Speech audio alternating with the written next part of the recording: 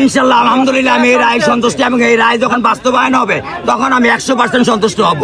এই রায়ের ব্যাপারে মাননীয় প্রধানমন্ত্রী, মাননীয় বিচারপতি, মাননীয় যুব ক্রীড়া প্রতিমন্ত্রী এবং আমিনুল ইসলাম সাহেব এবং দ্বিতীয়ত হচ্ছে পুলিশ প্রশাসন এবং বাংলাদেশের ভাই এ পর্যন্ত 1000 সাংবাদিকের আপনি খুশি কিনা? এই রায় যখন বাস্তবায়ন হবে তখন আমি 100% সন্তুষ্ট হব।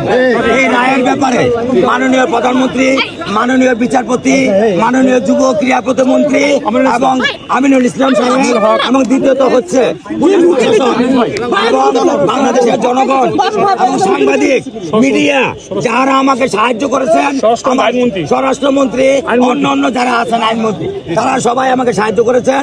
আমি আমার পরিবারের পক্ষ থেকে তাদেরকে কৃতজ্ঞতা প্রকাশ করছি, তাদেরকে ধন্যবাদ দিচ্ছি।